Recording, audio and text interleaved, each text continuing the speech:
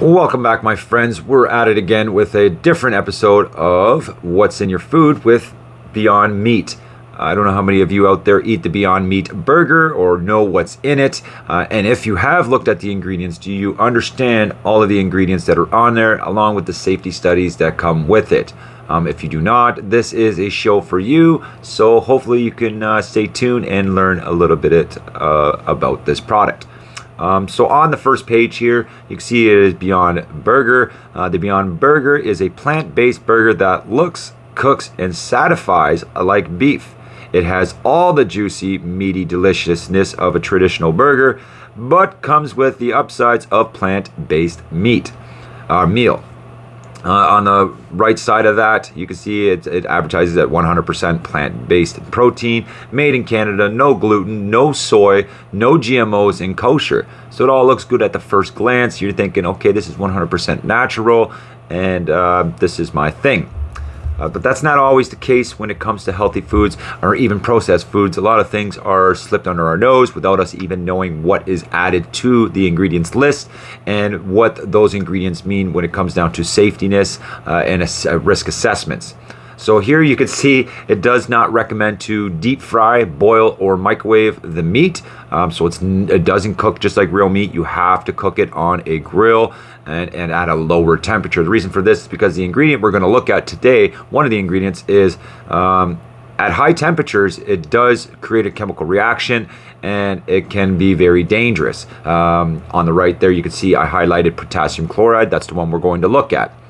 Looking through the ingredients, we see water, pea protein, canola oil, refined coconut oil, rice protein, then flavor, which we're going to have a look at because flavor can pretty much be anything within natural, artificial, depending on what they use, but they didn't specify here natural or artificial flavor. They just put flavor as the ingredient, and that's kind of vague. I do have a description of that from the Canadian website, which we're going to have a look at further in this video.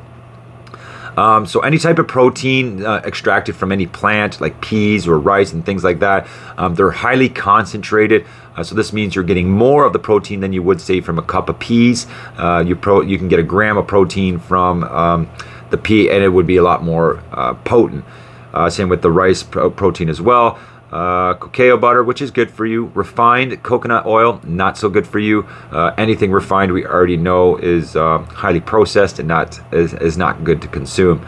The mung bean protein, I don't know what mung bean is. I haven't really looked into it, but it does sound like it's natural and it's good for you. But I mean, looking into actually how much you should be consuming, what it's used for, medication purposes and things like that, will give you a better understanding of what the ingredient is. Methylacellulose, I can't say a lot of these big words. That one there, haven't even had a look at it yet, but I will look into that one further. Potato starch, sugars, potassium chloride, which we're going to look at, yeast extract. Well, they already had dried yeast, but now they have yeast extract, so they're adding a little bit extra. I know with yeast, it does make me swell up inside. It does give me swollen bum and things like that as well. So yeast period and gluten period is very harmful to the body if you have a large quantity of it. I used to eat a lot of it when I was a kid. I was fine until I hit my 30s, and then boom, became gluten intolerant. I couldn't have yeast, couldn't have any of those things, and it just made me a lot difficult to eat food. So keep that in mind. If you eat a lot of it and you're younger, there is the possibility of it flipping on you when you're older and become allergic to it.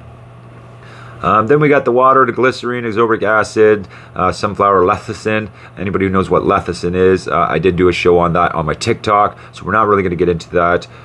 Vinegar, concentrated lemon juice, vinegar, of course, that's a preservative, we know that. Carrot powder, it could be good, but it's not a protein, so it would be obviously just dehydrated carrots. So I would say that is safe to eat. Vitamins and minerals, they do obviously list this on a lot of the healthier foods, just to get you focused that there is vitamins and minerals in there, but they always distract you from what you want to really look at. So moving on to the next page here, we're going to have a look at potassium chloride.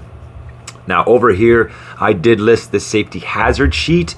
I did find this from the Fisher Science Education, and under section 2 there on the left side, hazard identifications, classification of substance or mixture. It is a skin irritation and eye irritation. They both categorize as 2 and 2A. It does have an acute toxicity oral of level 5. And the eye damage as well. I just said that. Terrestrial vertebrae ecotox 2. Hazards not otherwise classified for combustible dust. So they didn't classify that. So one single word for this hazardous substance is warning. I mean, that is just common sense. It is a hazardous substance that we should just not add it to our food. I believe that is the biggest mistake that we've done right away. Now, on the right side, it does state that the dermal and ocular, it is classified on section 2. Now, scrolling down, it doesn't say it's carcinogenic, but the single target organ, there is no additional information on that. There was none above this as well on the sheet. But same with mutagenicity and reproductive toxicity. So no information added for that either. Below that is the ecotoxicity. So it is harmful to freshwater fish in many ways, and persistent and degradability. It's not really degradable in the environment except when it's diluted with a solution like water or so on. It does have the potential of bioaccumulative. For you those who don't know what that is, it can accumulate in your body over a long term of exposure, even if it's little bits at a time and you're not fully hydrating yourself to get rid of these toxins out of your body. They will build up in your body in different locations, especially it could affect your kidney if you do have a problem with the kidneys. It does state on this as well to stay away from potassium chloride if you have any kidney disease or failures or anything like that, as it could become potentially fatal. So stay away from it, even if it's a small amount, even if they approve of it to be in the food. I mean, they approve of propane and isobutane and propanol as a propellant in your underarm spray, or PAM, the liquid butter. People are eating this. So even though they approve of something, the studies aren't always complete. There's a lot of data gaps, a lot of information that is missing, as you can see on here. So just keep that in mind when you're consuming something, you read something you don't know. Don't always assume that it's healthy. Additives is a huge steak market business. There's so many additives. There's like 5,000 additives, and a lot of people in that stock market buying into the stock market to make the money. If you know, nowadays we got about 10 or 15 different additives in each one of our product. That's a heck of a lot of money being made by these corporations. And a lot of these additives, we can't see the market. It's a private market. So who's in on this? Who's making the money? And what's the real reason behind allowing chemicals, medication, drugs, and insects into our food with incomplete studies? Next page here is another hazard sheet by the MSDS. You can see the number there, P5631. The effective date was in 1999, November 17. On the other page there, you can see it does say caution, may be harmful if swallowed, may cause irritation to skin, eyes, and respiratory tract. So they're pretty much telling you that there's a hazardous substance, there is that exposure risk.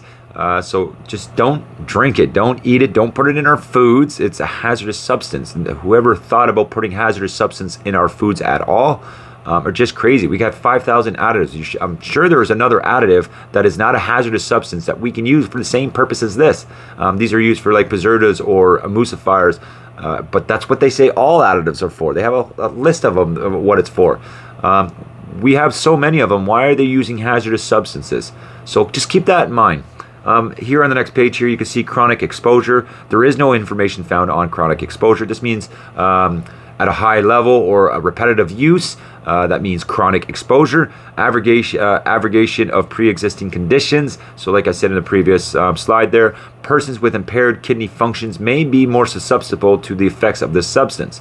So you might think you're healthy, eating a healthy burger, staying away from the stuff that may be affecting your kidneys or your body, but this can be in any of your foods, potassium chloride, and could be a problem triggering your kidney medical problem even further. On the right side, the appearance is a white crystals or powder. It is odorless, so you will not smell it. And it is soluble in water from 28.1 grams to every 100 grams of water. So it's very soluble. Next page here, on the Canadian website, there is a list of permitted pH adjusting agents, acid reacting materials, and water correcting agents. if anybody who's been to this website for Canada, they literally have their additives in like 15 different lists. Instead of putting it all together and making it easily to read and easily accessible, they make you jump around just to get stuff. So once again, I've mentioned this in a lot of my TikTok videos, that people don't have the energy to go through the loops and the jumps and the hoops that they're making you go through to get the information we need to keep safe. This is why people don't look up their ingredients. This is why people don't read online about what the studies are, because they can't find them, or they're very tough to find, or they give you the runaround like on this website and other websites just to get the information. On the right side of that page, you can see that they did list it under the permitted in food as well, listed permitted additives in ale, beer, light beer, malt liquor, porter stout. But if you do see on the right side of that where it says the maximum allowed usage, it's left up to the good manufacturing practice. And I've highlighted it all the way down there for other substances as well, because this is a common thing within the additive industry. It's left up to the person selling us the product, not the health agency, not the inspections agency, not the government. This substances are all allowed to be regulated by the manufacturer. So if they make too much or they put too little or whatever it is, there is where we are at risk. And that's where recalls happen. And if you haven't seen my recall video, go to my TikTok. I will be posting one here on the YouTube channel. But just to show you the increase in recalls in every country, just in the last 3 years, has like a 200% increase. So good manufacturing practice is not being practiced like it should. The integrity is not there. The care for the public is not there. It's all about money. And that's where we need to start realizing that we are part of an industry that makes the money. Next slide, proposed registration decision for potassium chloride and potash. I thought it was already approved. On the right side of that, you can see the Pest Management Regulatory Agency had this noticement of consultation online of April 13th, 2022 of this year. Going on to the next page of that, you can obtain the full copy of the proposed registration decision of potassium chloride and potash by downloading it here, but they do want your name, your address, and everything else along with it in order to have it download. So you don't just get easy, accessible information to the public. You have to tell them who you are in order to get this information. So when you have to go through loops like that just to get anything, I shouldn't have to tell you who I am. I just want to look at the paper to see if I'm safe or if it's safe to take it. So this is almost like misleading people, pushing them away to not have their interest in it, unless it's somebody like me who wants to click on it and really look into it. On the other side of that page, proposed registration decision for potassium chloride. Health Canada's Pest Management Regulatory Agency, PMRA, under the authority of the Pest Control Products Act, is proposing registration for the sale and use of potassium chloride, technical and potash, containing the technical grade active ingredient potassium chloride, for control of zebra and coagula mussels in water reservoirs and other bodies of water, as well as water pipelines and closed systems, including fire suppression systems in hydroelectric plants. So once again, this is a hazardous substance.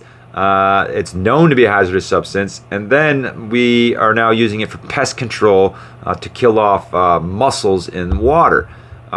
What is potassium chloride? Potassium chloride is a new active ingredient for the control of invasive zebra and coagula mussels in certain bodies of water and certain closed systems, including agricultural irrigation pipelines and hydroelectric plants. It releases potassium ions into the water, which interferes with valve closure and respiration and reduces filtration rate, resulting in the mortality of the target mussel species. So what is a zebra mussel? I went and looked it up. There you can see on the side there, a zebra mussel is a small freshwater mussel. The species was originated native to the lakes of southern Russia and Ukraine, but has been accidentally introduced to numerous other areas and have become invasive species in our countries worldwide. So it's like everywhere. So next page here, scrolling down, the removal. Biologists who have studied zebra mussels recommend using high pressure hot water to remove or kill zebra mussels that are attached to your boat hull, etc. It is okay to use high pressure cold water if hot water is not available. So why do we need potassium chloride? Let's just stick it in our water and think that that's something that's going to be good for us, yet alone in our food. Animals prey. Besides pumpkin seeds, the several other North American fish eat zebra mussels, including freshwater drums, red horses, suckers, river cap suckers, and smallmouth buffaloes. Some species of water birds are important predators of zebra mussels too. There are mostly diving ducks. On the other side of that slide, the causes, zebra mussels probably arrived in the Great Lakes here in Canada in the 1980s via ballast water that was discharged by large ships from Europe. They have spread rapidly throughout the Great Lakes region and into the large rivers of the eastern Mississippi drainage. It does tell you how to control it there as well if you want to pause and read. And then what's a coagula mussel? Coagula mussel is a species of freshwater mussels. And aquatic bivalve mollusk, sorry if I said that wrong, in the family Dreissenidae, I can't say that one either. It has an average lifespan of 3 to 5 years. So it dies off anyways, but it does spawn and does recreate in the spring. And it does only need to be about 12 degrees or higher in order for that to happen. So the water is still fairly cold when they're spawning. So cold water is not killing them off. The hot water, I would assume, when they were talking about that, is probably your best choice. Next slide.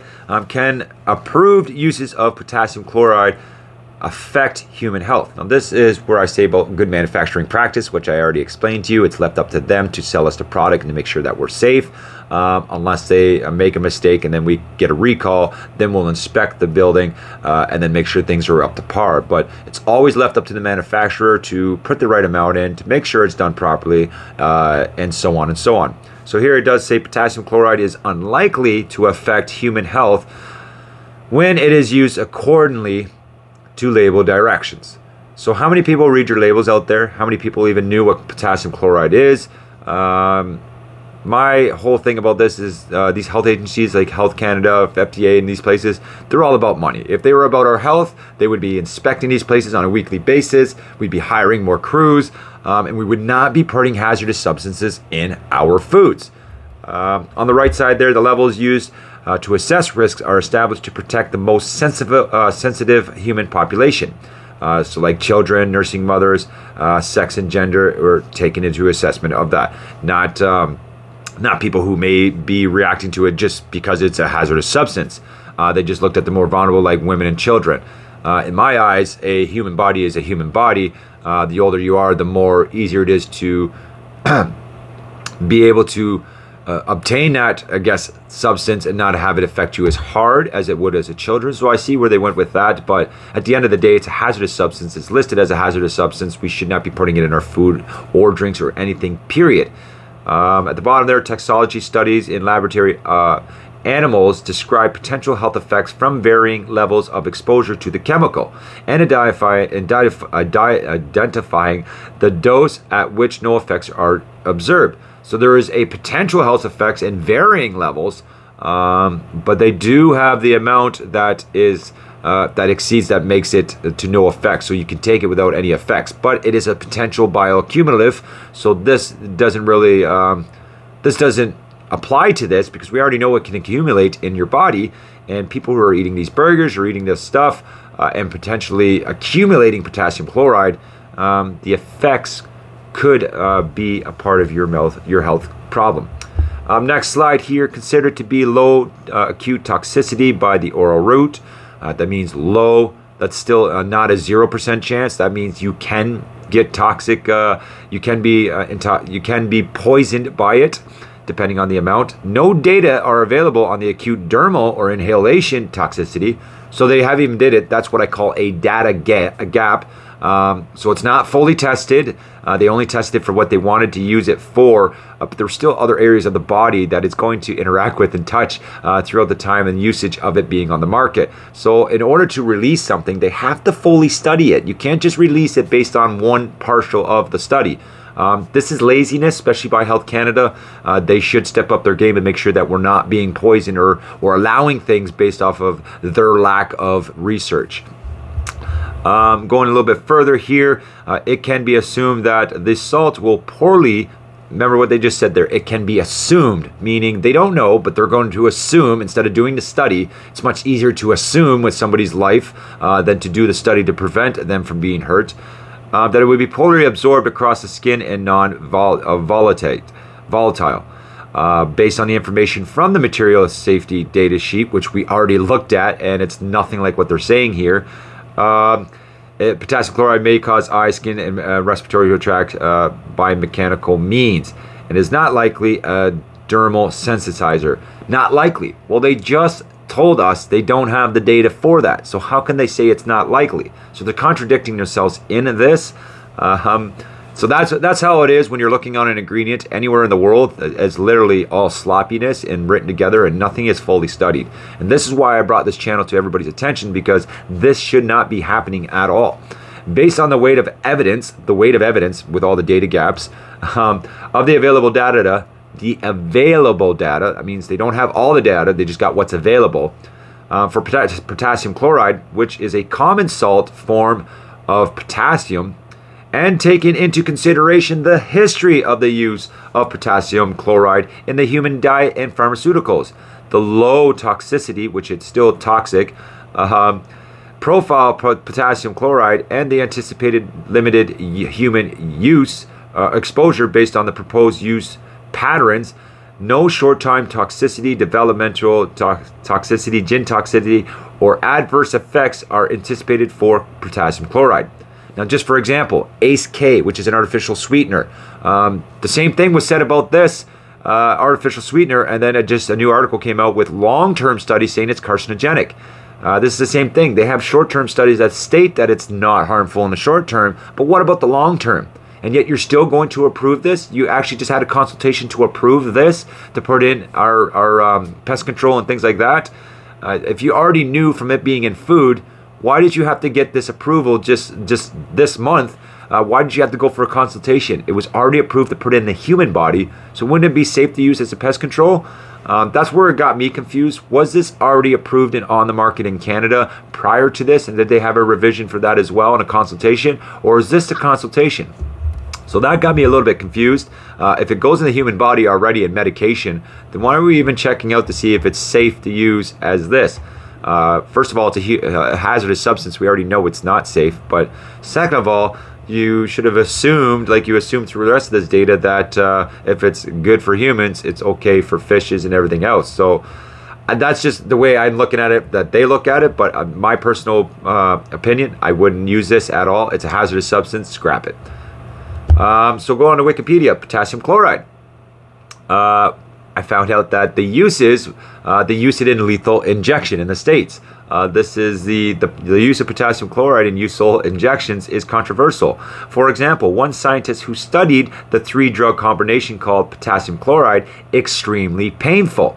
United States Supreme Court Justice Stephanie Breyer, hopefully I said that right, used her research to argue that lethal injection is cruel and unusual punishment. Other doctors agree that if the drugs are not given correctly, a prisoner could experience a great deal of pain and excruciating suffering. So they use this in lethal injections. It is a chemical hazardous substance. It's used in pest control. But yeah, let's put it in our Beyond Meat burger. I don't know, but if nobody's picking up what I'm trying to say here, you're consuming a hazardous chemical without even knowing. Like I said, you can go on the additives list. You can find one that's not a chemical hazardous substance that can be replaced for the same reason, for preservative, emulsifying, a thickening agent, or leavening agent, whatever it is. There's always a better option that's not a chemical hazardous. Still a chemical, but not a hazardous substance sheet. Next slide here, request publication for potassium chloride. If you want to get the publication, like I stated earlier, this is what you got to see. You have to give your name, your email, the description, the message, and then they will send you it there. So they're keeping you on file of who's checking out these additives. So in all reality, if they know people aren't messaging this to get the information, then they can almost slip out anything out there based off of no publication requests. if it's a very little publication request, especially out of 35 million people just here in Canada, if they're not getting 20 million requests and they're only getting about 100, then very little people are even going to talk about it or even inquire about it or even know that it's in your food until somebody like me comes and brings it to your attention on a YouTube or TikTok channel. Next slide. So I highlighted the flavor ingredient. Well, what is the flavor? I've already went through this on my TikTok show. I will be bringing the flavoring descriptions into this YouTube channel. So artificial flavor, I can just give you an example. Artificial flavor is anything that is synthetic, combining up to 90 different chemicals in order to make that flavor.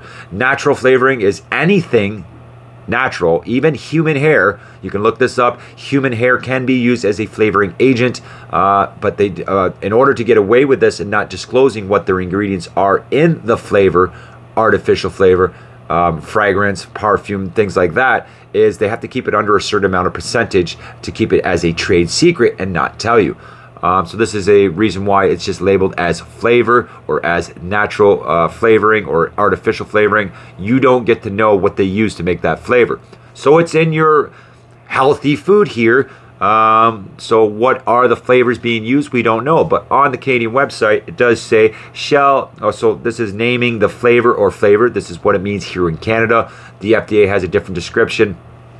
Shall be a preparation other than a flavoring preparation described in section B10003 of SAPID or Durius principles, or both derived from the aromatic plant after which the flavor is named. So it can be from a plant of some sort.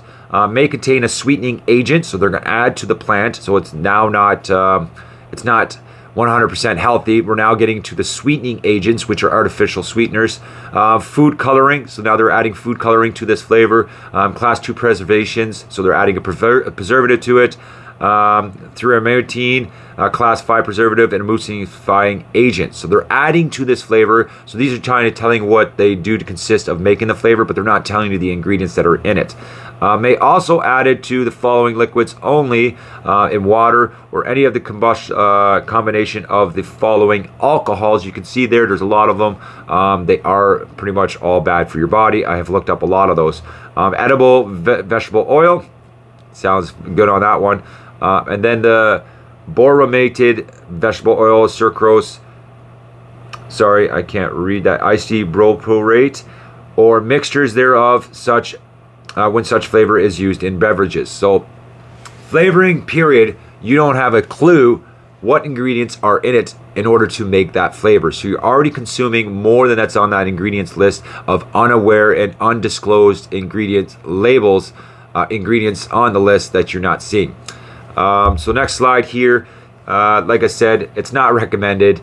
I would stay away from it. They do stay here and state that it is very healthy for you, but when we get into hazardous substances being in our food, and believe me, I can reveal a lot of hazardous substances that we are consuming on a daily basis, whether you're going healthy or not. If you're a vegan, if you're a vegetarian, I would highly recommend you to not eat any processed vegan or vegetarian foods. You're going to get chemical additives, you're going to get medication additives, and you're going to get drug additives, and you're going to get high concentrate of proteins and vitamin and minerals that, if you're not paying attention to the recommended value, it could very well damage your body. So yes, you're making a better choice to eat healthier, but please do be curious of what's in your ingredients. Just because they advertise it as something doesn't mean that it's always good for you. So hopefully this gave you a better understanding of the Beyond Meat and what the ingredients are in it. Till next time, stay fit, have fun. We'll see you on the next one.